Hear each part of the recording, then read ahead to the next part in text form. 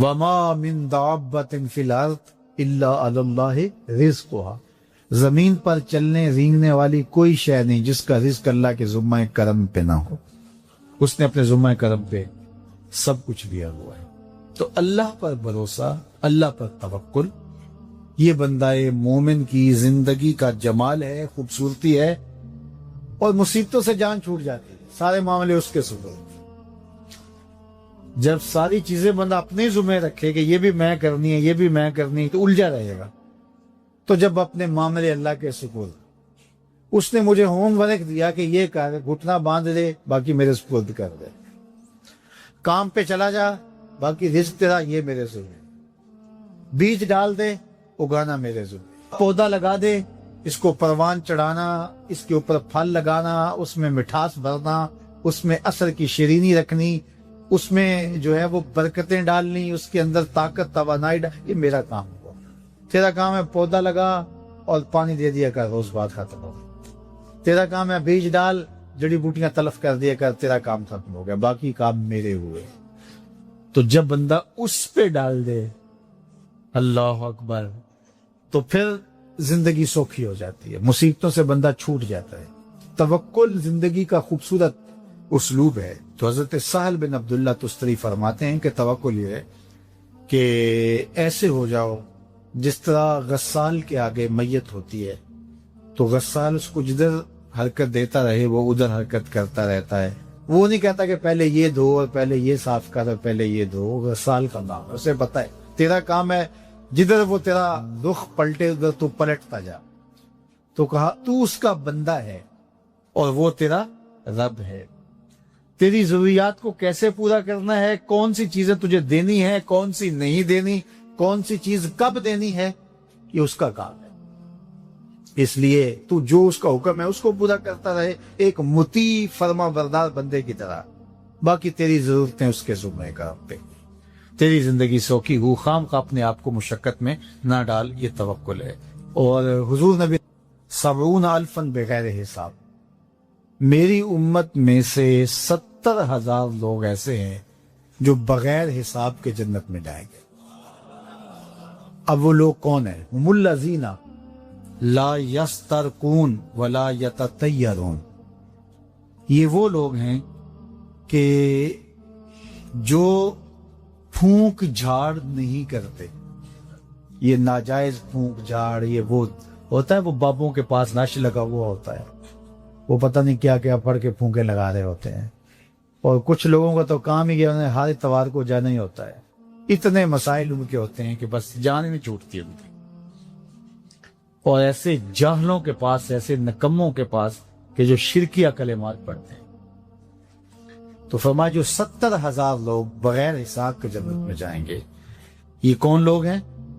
فرمایا کہ یہ وہ خوش نصیب لوگ ہیں کہ جو ناجائز رقیہ نہیں کرتے، جو شرکیہ جھاڑ پھونک میں مبتلا نہیں ہوتے، نہ کرتے ہیں نہ کرواتے ہیں، ولا یتطیرون، اور بدشگونی بھی نہیں لیتے۔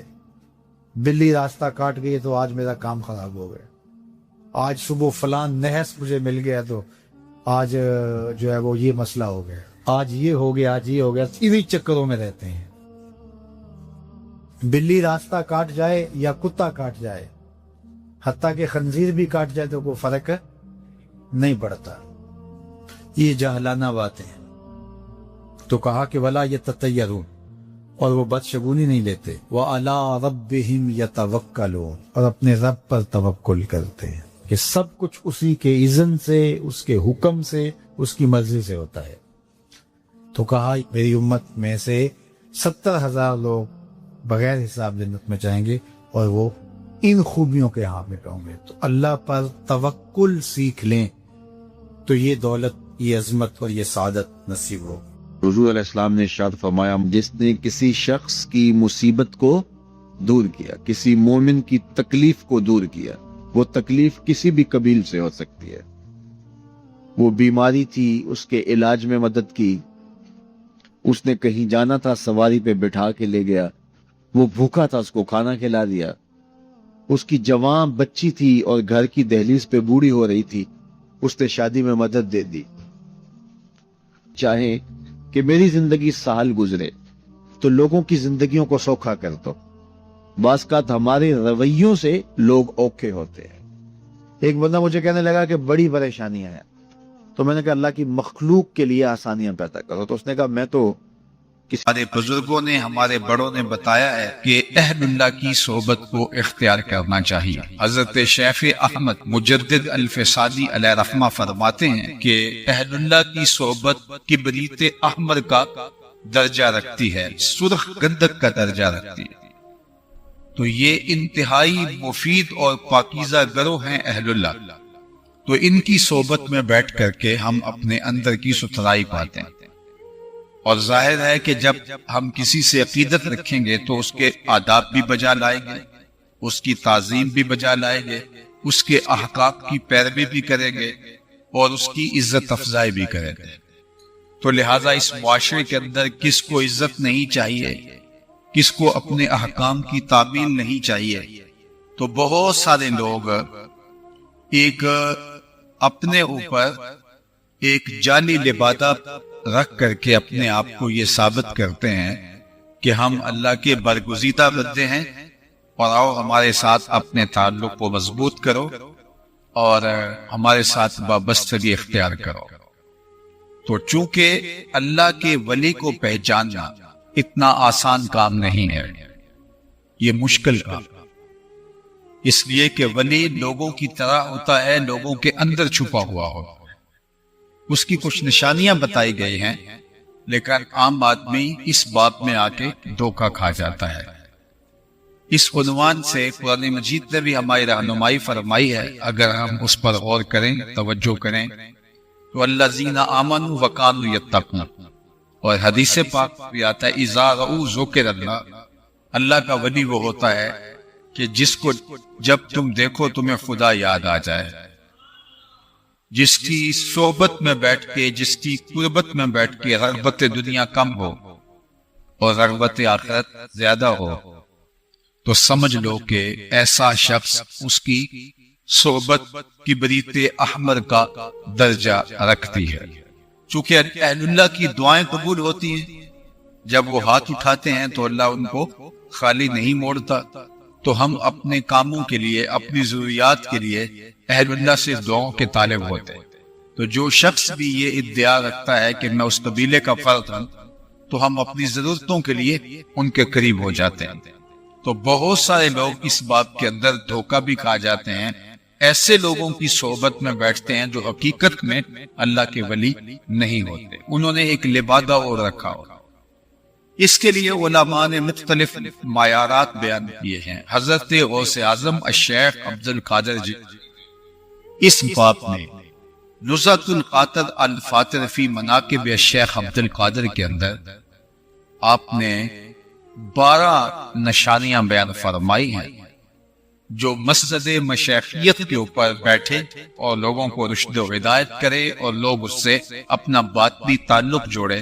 تو کہا اگر یہ 12 خوبیاں اس شخص کے اندر ہیں تو پھر وہ اس قابل ہے کہ آپ اس کے ساتھ وابستگی، دل بستگی اور تعلق کے خاطر قائم کریں. تو عالی مرتبہ آج کی اس نشست کے اندر میں وہی 12 خوبیاں اجمال کے ساتھ آپ کے سامنے رکھنا چاہوں گا. عمومی طور پہ ہمارے ہاں بزرگوں کی کرامات کو سنایا جاتا ہے. میں اس بات کا اقرار کرتا ہوں کہ بزرگوں کی کرامتیں ہوتی ہیں، اور کسی بزرگوں کی کرامتوں کا انکار کرنا اگر وہ واقعتاً ان کی ہے تو محرومی ہوتی ہے. کرامت کا من حیث الکرامت انکار کفر ہے، اور وہ کرامات جن کا ذکر قرآن میں موجود ہے ان کا انکار بھی کفر ہے، اس لیے کہ قرآن کا انکار لازم آئے گا. جس تعصب بن برقیہ کا جو حضرت سلیمان کا صحابی تھا، تخت بلقیس دربار سلیمان میں حاضر، حضرت مریم کے حجرے میں بے موسم پھلوں کا آب موجود. اسی طرح اصحاب کہف کا 300 سے زائد سال تک جو ہے وہ سوئے رہنا، اور ان کو نہ بھوک لگنا اور نہ ان کے جسم کو کوئی نقصان پہنچنا. تو یہ کرامات تو قرآن کے دامن کے اندر موجود ہیں، اور کرامات کا انکار من حیث الکرامت بھی انکار ہے، جن کرامات کا ذکر قرآن میں ہو اس کا انکار بھی جو ہے وہ کفر ہے۔ اور تیسری وہ کرامات جن کا جو احادیث میں موجود ہیں تو ان کا انکار کرنا بھی گمراہی ہے، اور انکار کرنے والا دار مدف اور گمراہ ہے۔ اور جو مسلمہ بزرگ ہیں جس طرح حضرت سیدنا الشیخ عبد القادر علی جیلانی علیہ رحمہ ہیں اور بزرگ مسلمہ، تو ان کی کرامات کا انکار کرنا بھی محرومی ہے، دل کو بے نور کر دیتا ہے۔ باقی اس کے علاوہ اگر کوئی شخص دعویٰ کرے تو ہم اس کو پرکھیں گے، دیکھیں گے کہ یہ بندہ واقعہ ہی اللہ کا ولی ہے یا یہ کوئی شعبدہ دکھا رہا ہے، اس لیے کہ کرامت میں اور شعبدے میں بڑا معمولی سا فرق ہے جو عام بندہ سمجھ نہیں پاتا۔ اس کو استدراج کہا جاتا ہے، یعنی وہی خرق عادت عمل جو بغیر کسی ظاہری سبب سے ظہور پذیر ہو، اگر وہ نبی کے ہاتھوں سے اعلان نبوت سے قبل صادر ہو تو اس کو ارہاس کہا جاتا ہے، اعلان نبوت کے بعد ظہور پذیر ہو اسے معجزہ کہا جاتا ہے، کسی ولی کے ہاتھ سے ظاہر ہو اسے کرامت کہا جاتا ہے، کسی صالح متقی مومن کے ہاتھوں سے ہو اسے معونت کہا جاتا ہے، اور اگر وہ کسی فاسق و فاجر سے یا کسی کافر سے ظہور پذیر ہو تو اس کو استدراج کہا جاتا ہے۔ تو کام ملتا جلتا ہوتا ہے، لیکن جو جس سے صادر ہوا ہے، جو فاعل ہے، اس کے ذریعے سے اس کا نام تبدیل ہوگا۔ اس لیے پھر عام آدمی کے لیے یہ امتیاز کرنا مشکل ہے کہ یہ کرامت ہے یا استدراج، اور بہت سارے لوگ استدراج کے ذریعے سے یا ہاتھ کی صفائی کے ذریعے سے یا مکر و فریب کے ذریعے سے یا جھوٹ کے ذریعے سے اپنے استدراجات کو یا اپنے مکر اور دھندے کو کرامت ثابت کرتے ہیں اور لوگ ان کے پیچھے چل پڑتے ہیں۔ حضرت سیدنا الشیخ عبد القادر جیلانی نے جو ولی کی علامتیں بیان فرمائی ہیں، اور وہ ولی جو باقاعدہ مسند ارشاد کے اوپر بیٹھ کے رشد و ہدایت کا فریضہ بھی سر انجام دیتا ہو، تو آپ نے کہا کہ اس کے اندر 12 نشانیاں ہونی چاہیے۔ ہمارا سب سے پہلے اس کے اندر 2 خوبیاں اللہ جل شانہ کی صفات کے عکس کے طور پہ موجود ہونی چاہیے، یعنی جو حقیقی مسجد مشیخیت کے اوپر بیٹھنے والا ہو وہ اللہ کی صفت ستار کا بھی مظہر ہو، اللہ کی صفت غفار کا بھی مظہر ہو، یعنی پردہ پوش بھی ہو اور معاف بھی کر دینے والا، جو لوگوں کی باتوں کو مشتہر کرے گا یا بلیک میل کرے گا تو وہ اللہ کا ولی اور مسجد مشیخیت کے اوپر بیٹھنے کے قابل نہیں ہوتا، اس لیے کہ مرید نے آ کے اپنے سارے دکڑے اپنے مرشد کے سامنے رکھنے ہوتے ہیں، اور اگر وہ چغل خور ہوا، اس کا ظرف اتنا نہ ہوا کہ اس راز کو محفوظ کر پائے، تو پھر اس سے راز کہنے کی ضرورت ہی کیا ہے جو راز محفوظ نہ رکھ پاتا ہو۔ اس لیے اللہ کے بندے کی علامت یہ ہے کہ وہ اللہ کی صفت ستار کا مظہر ہو، کہ وہ پردہ پوش ہو، لوگوں کے عیوب، لوگوں کے معاملے اس کی نگاہوں میں ہوں، لیکن اس کے باوجود جو ہے وہ اس کا افشا نہ کرتا پھرے، اللہ اکبر، اس کا اظہار نہ کرتا پھرے، اس کا اعلان نہ کرتا پھرے، وہ لوگوں کے اندر مشتہر نہ کرتا پھرے، بلکہ پردہ پوشی کرتا رہے۔ اور دوسری اللہ کی صفت غفار کا مظہر ہو کہ وہ درگزر کرنے والا ہو، معاف کر دینے والا ہو۔ چھوٹی چھوٹی باتوں پہ ناراض ہو جانا، پھر دل پہ گرا باندھ لینا اور کبھی معافی نہ کرنا، یہ اللہ کے بندوں کا طریقہ نہیں ہوتا۔ اللہ اکبر، وہ لوگوں کے اوپر بہت نرم دل ہوتے ہیں اور لوگوں کو معاف کرنے کا وتیرہ رکھتے ہیں۔ جتنے گناہ میں اور آپ کرتے ہیں، اگر ہمارا رب ہمیں معاف نہ کرتا جائے تو مجھے بتاؤ ہم زمین پہ چلنے کے قابل بھی رہیں گے؟ لیکن وہ کتنا کریم ہے کہ ہم گناہ کرتے ہیں، بہت سارے ایسے گناہ ہیں جو ہماری توبہ کے بغیر ہی معاف ہو جاتے ہیں۔ وضو سے گناہ جھڑ جاتے ہیں، ہمارے مسجد کی طرف اٹھنے والے قدموں سے گناہ جھڑ جاتے ہیں، ایک نماز سے لے کر دوسری نماز یہ درمیان پہ گناہوں کا کفارہ بنتی ہے، ایک جمعے سے دوسرا جمعہ درمیان کے گناہوں کا کفارہ بنتا ہے، ایک رمضان دوسرے رمضان تک درمیان کے گناہوں کا کفارہ بنتا ہے، حج ماہ قبل کے سارے گناہوں کو مٹا دینے کا سبب بس۔ اس طرح توبہ کی جاتی ہے اور اللہ تعالیٰ بندوں کو یوں معاف فرما دیتا ہے۔ تو جو حقیقی اللہ کا کامل بندہ ہے اس کے اندر یہ دو وصف ہونے چاہیے، ایک تو پردہ پوش ہو، ستار، اور دوسرا اللہ کی صفت غفار کا مظہر ہو، معاف کر دینے والا ہو، لوگوں کو جتلائے نہ، بلکہ جس شخص نے کوئی گناہ کیا اور پھر اس نے اس گناہ پر توبہ کر لی، تو اگر کسی شخص نے اس کو اس گناہ پر آر دلائی جس سے وہ توبہ کر چکا ہے، تو اللہ اس آر دلانے والے کو اتنی دیر تک مرنے نہیں دے گا جب تک اس کو رسوا نہیں کر دے گا۔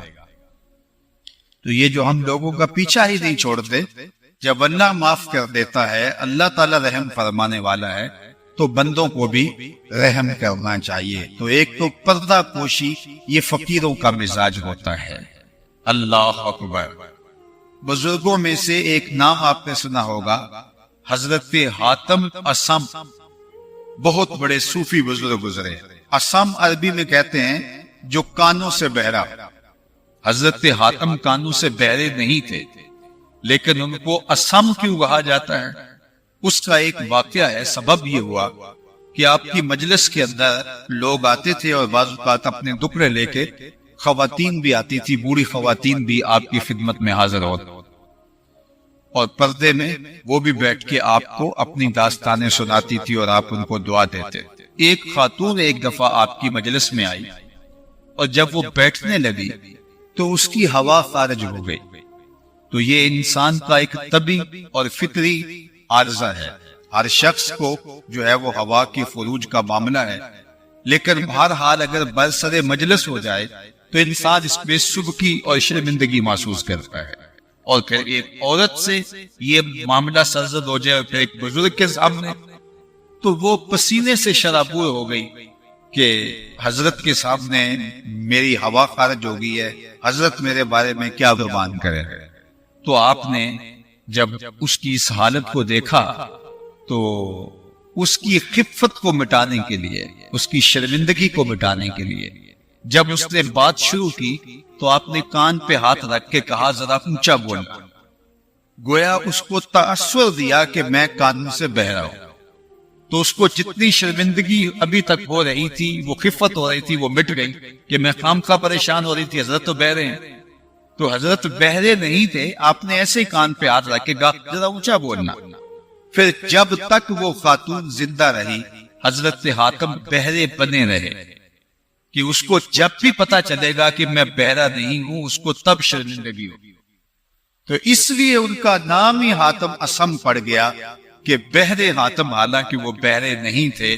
تو اللہ کے بندوں کا تو یہ طریقہ ہوگا، اور ہم لوگوں کی پگڑیاں اچھالتے ہیں اور ہم سمجھتے ہیں کہ شاید یہ ہمارا کوئی کمال ہے، آپ نے اس کو دبا لیا ہے۔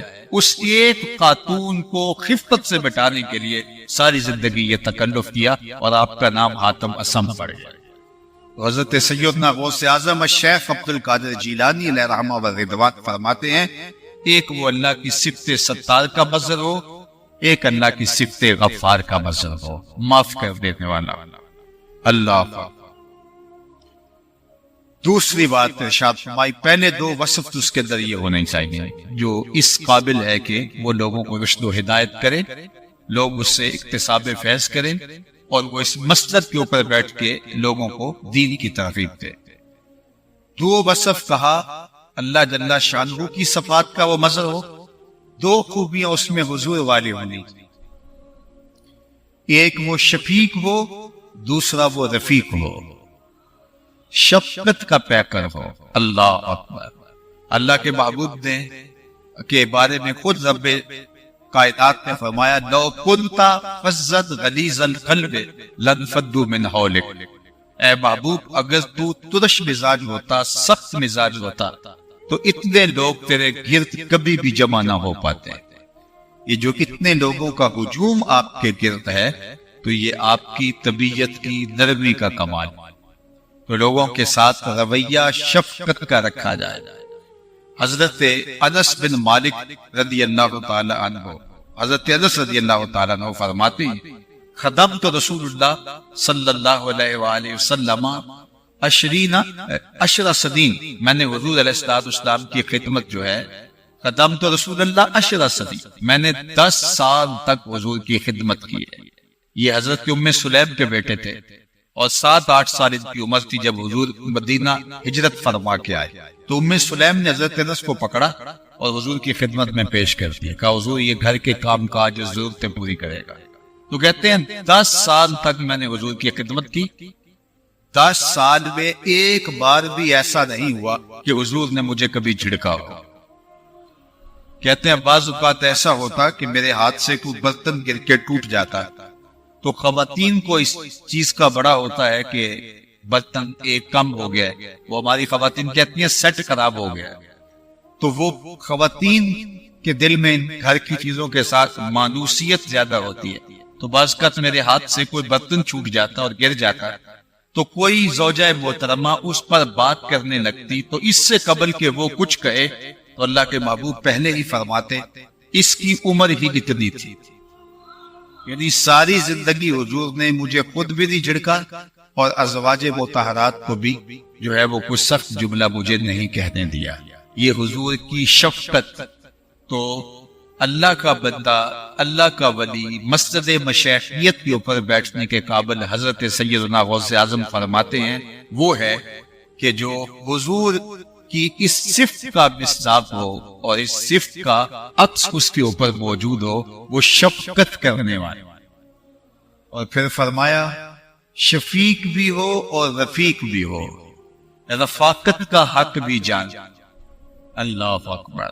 یعنی آپ کے ساتھ جو لوگ چلتے ہیں، آپ کے ساتھ جو کام کرتے ہیں، آپ کے جو مقتدی ہیں، آپ کے جو متبعین ہیں، آپ کے جو مریدین ہیں، مخلصین ہیں، آپ کے ساتھ محبت کا ربط و رشتہ استوار کیے ہوئے ہیں، آپ جن کی تربیت پر مامور ہیں، تو ان کے ساتھ آپ جو رفاقت کا حق ہے اس کو آپ نے ادا کرنا ہوگا.